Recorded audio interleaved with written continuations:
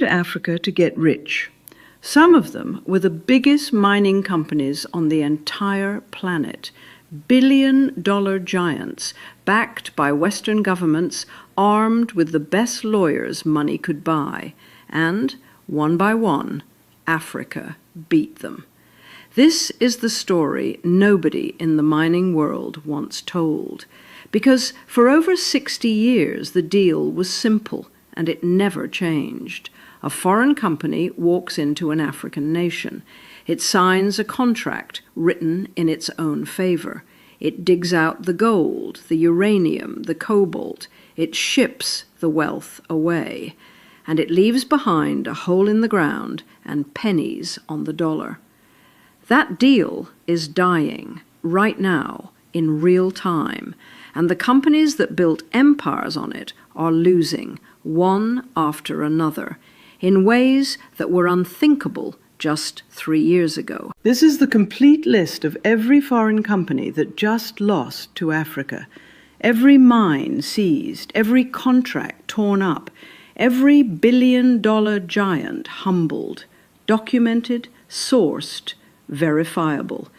And when you reach the end of this list, you will understand that the balance of power in global mining has flipped, and the people who ran the old system are watching their empire crumble.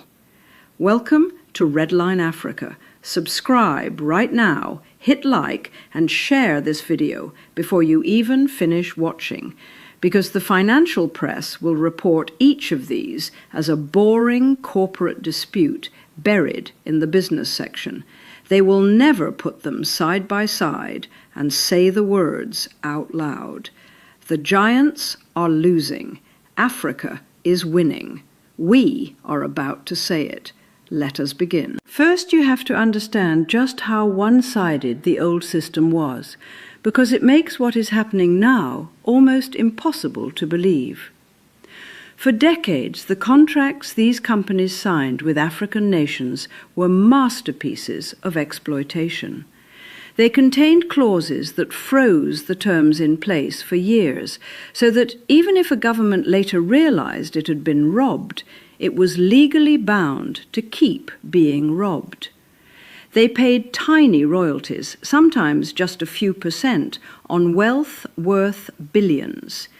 They shipped the raw ore out to be refined in Europe, capturing all the real value on another continent.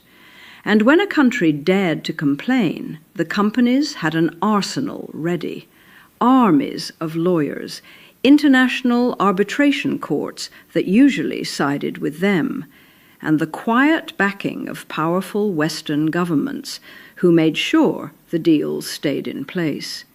This was not a free market.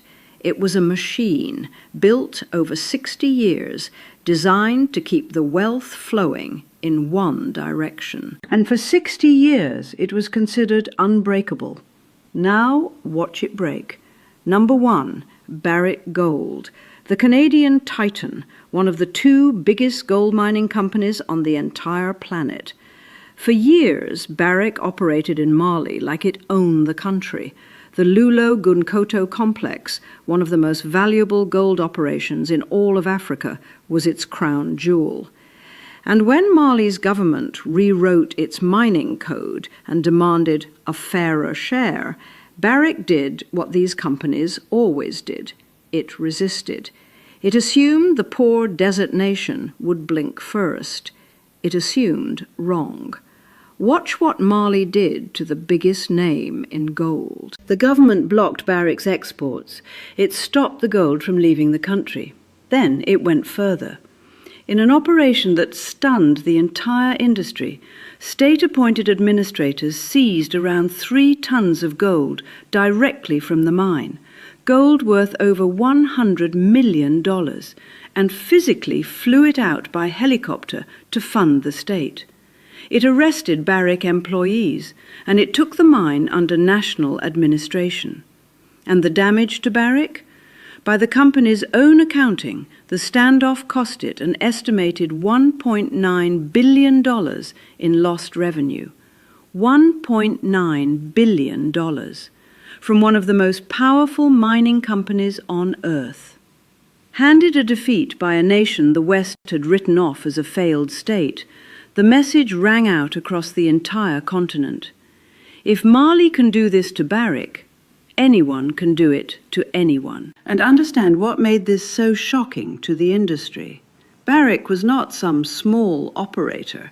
This is a company that operates on 5 continents, a company whose market value runs into the tens of billions, a company that has stared down governments before and won.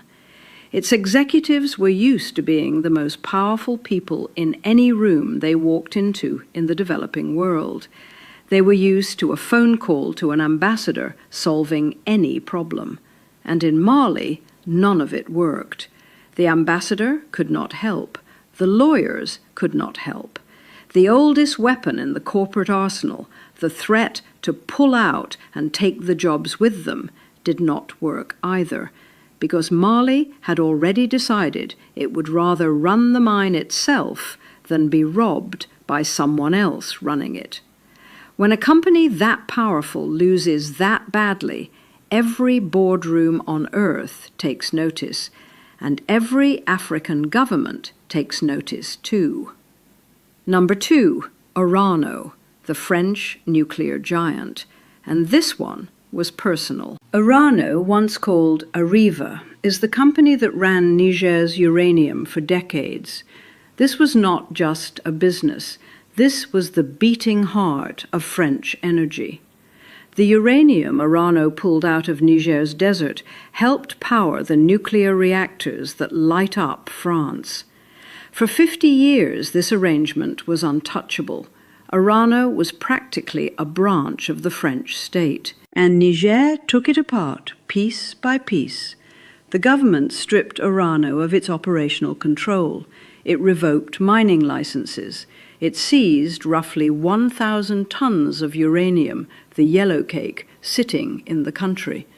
And when Orano ran to international courts, Niger's leaders said something that shook the entire post-colonial order. Constitutional sovereignty, they argued, supersedes a colonial-era contract. In plain words, your old paper means nothing here anymore. The company that helped light up France for half a century was reduced to filing lawsuits from Paris, watching its most valuable asset slip away, unable to do a single thing to stop it. And the numbers behind this defeat are extraordinary. Over more than 50 years, from 1971 to 2024, more than 80,000 tons of uranium were pulled out of Niger's soil. 80,000 tons. And for most of that time, Niger, the country that sat on top of it, remained one of the poorest and least electrified nations on the entire planet. The uranium lit up Paris while Niger sat in the dark. When the government finally did the math on decades of that arrangement, the anger was not hard to understand. They had been powering another continent while their own children studied by candlelight. Taking Orano's uranium back was not just an economic decision. It was a reckoning with 50 years of one of the most lopsided deals in modern history. Number 3, Endeavour Mining, the London-based operator that learned the hard way. Endeavour ran 2 of the biggest gold mines in Burkina Faso, the Boungou mine and the Wagnion mine. For years they extracted, and the people of Burkina Faso saw little of the wealth. Then Traoré's government moved. In a deal valued at around $80 million, the state nationalized both mines, stripping them from Endeavour and placing them under a new national mining company. The London giant packed up and went home. And that was just the beginning of Burkina Faso's campaign, because the state was only getting started. Number 4, West African Resources, the Australians who had to bend. They operated the Kiaka gold mine, one of the newest and most profitable in Burkina Faso.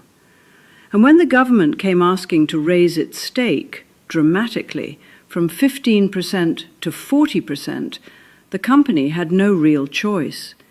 To keep operating at all, it restructured its entire ownership to comply with the new rules. The mine kept running, but on Burkina Faso's terms now, not the company's. This is the quieter kind of defeat, not a dramatic seizure, but a giant forced to accept that it no longer sets the terms. It obeys them. And this quiet kind of defeat may be the most important of all, because it shows the new reality is not just about dramatic helicopter raids on gold mines. It is about a permanent, structural shift in who holds the power at the negotiating table. 10 years ago, when a government asked a mining company for a bigger share, the company could simply say no and threaten to leave, and the government would back down, terrified of losing the investment. Today, when Burkina Faso told West African Resources it wanted to nearly triple its stake, the company's shares were halted on the Australian Stock Exchange, and it restructured its entire ownership to comply. It did not threaten to leave. It did not say no. It obeyed. That is what a real shift in power looks like. Not one dramatic moment, but 1,000 quiet ones, where the answer that used to be no is now yes. Number 5. IAMGOLD and the others who quietly renegotiated. The list of companies forced to the table keeps going. IAMGOLD, another Canadian operator, its stakes renegotiated. Aurizon Gold, renegotiated. Company after company, in nation after nation, discovering the same brutal new reality. The contracts they thought were permanent were not permanent at all. The governments they thought were powerless were not powerless at all. And by the end of it, 6 of Burkina Faso's 15 industrial gold mines were under majority Burkinabe ownership, 3 of them directly controlled by the state. Compare that to before Traoré, when only one single mine in the entire country had any meaningful national ownership. That is the scale of what changed. Number 6. The Gulf and Chinese players who walked into the same trap. And do not think this is only about Western companies. As the West retreated, new players rushed in. Chinese firms, Gulf investors, thinking they could strike the old kind of deal. They are learning the same lesson. Chinese mining firms in Mali and Niger are being pressured to comply with local rules, to hand over a bigger share, to process at home. The new suitors get no special treatment, because this was never really about East versus West. It was about Africa versus the old extraction model itself, and that model is being dismantled no matter whose flag flies over the company. That is a point worth sitting with, because it destroys the most common excuse made for what is happening. Critics love to say that Africa is simply swapping Western companies for Chinese and Gulf ones, trading one master for another. But the evidence says otherwise. When a Chinese firm in Mali is pressured to comply with the same tough new rules that pushed out the Canadians, that is not a swap of masters. That is a nation applying the same standard to everyone who comes to dig. The demand is not anti-Western or pro-Chinese or pro-Gulf. The demand is simply this: whoever you are, wherever you come from, you will pay fairly, process locally, and accept that this wealth belongs to us first. That is a rule that applies to every flag equally. And that is precisely why it cannot be dismissed as just geopolitics. It is something deeper. It is a continent setting the terms of its own extraction for the first time in its history. Now here is the summary. Because seeing each defeat one at a time is one thing, seeing them all stacked together is staggering. Barrick humbled in Mali, $1.9 billion in losses, 3 tons of gold seized. Orano, stripped of Niger's uranium after 50 years, its colonial contract declared worthless. Endeavour, its 2 Burkina Faso mines, nationalized. West African Resources forced to hand the state 40% to keep operating. IAMGOLD, Orezone, and a line of others renegotiated one by one. And even the Chinese and Gulf newcomers, discovering the terms have changed for everyone, 6 of 15 mines in Burkina Faso alone taken back. A national ownership share that went from one single mine to the majority. You cannot run an empire on contracts that the other side no longer respects. You cannot extract from a nation that has decided to extract from you instead. And you cannot intimidate governments that have watched their neighbors humble the biggest companies on earth and get away with it. For 60 years, the balance of power in African mining ran one way. The company held the leverage. The company wrote the contract. The company kept the wealth. And the African nation was told to be grateful for whatever crumbs fell from the table. In 3 years, that entire arrangement has been turned upside down. Now the nation holds the leverage. The nation rewrites the contract. The nation demands the wealth stay home. And the company is told to comply or leave. Now let me be honest with you, because this channel is not propaganda. This flip carries real risk, and you deserve to hear it. When you seize mines and tear up contracts, you frighten away the investment and the technical expertise that a mining industry needs to function. Some of these companies really did bring skills and capital that are not easy to replace overnight. Mali's own gold output dropped during its war with Barrick, costing the government real money. And there are fair questions about whether the recovered wealth reaches ordinary people or just enriches a new elite. Do this badly and you trade a foreign master for a domestic one. These are serious concerns, and an honest channel names them. But here is what is also true, and what no honest observer can deny. For the first time in living memory, the most powerful mining companies on earth are the ones on the back foot. They are the ones losing billions. They are the ones filing desperate lawsuits. They are the ones packing up and going home. And every African nation sitting on gold, on uranium, on cobalt, on lithium, is watching the giants fall and learning the same lesson. The companies were never as untouchable as they pretended. The contracts were never as permanent as they claimed. And a nation that decides to take back what is under its own soil can actually do it. The giants came to Africa to get rich off its ground, and one by one they are discovering that the ground has decided to fight back. And here is the deepest truth of all, the one that should keep every mining executive awake at night.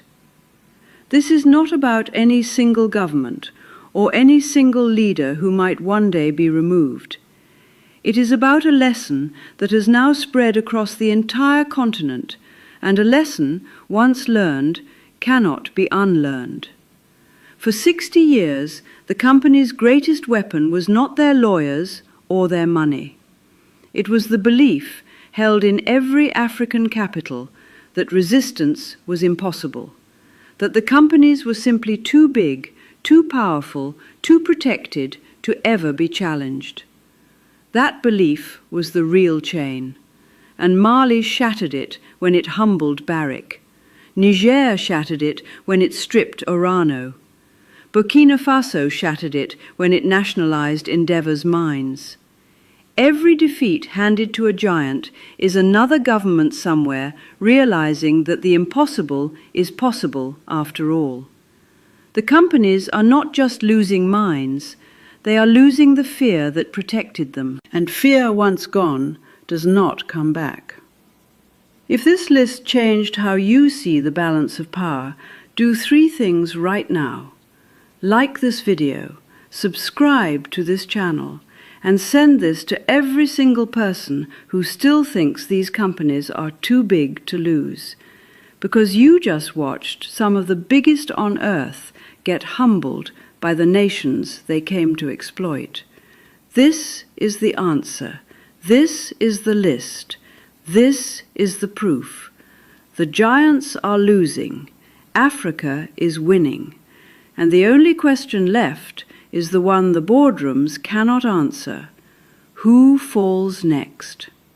I'll see you in the next one. They came to Africa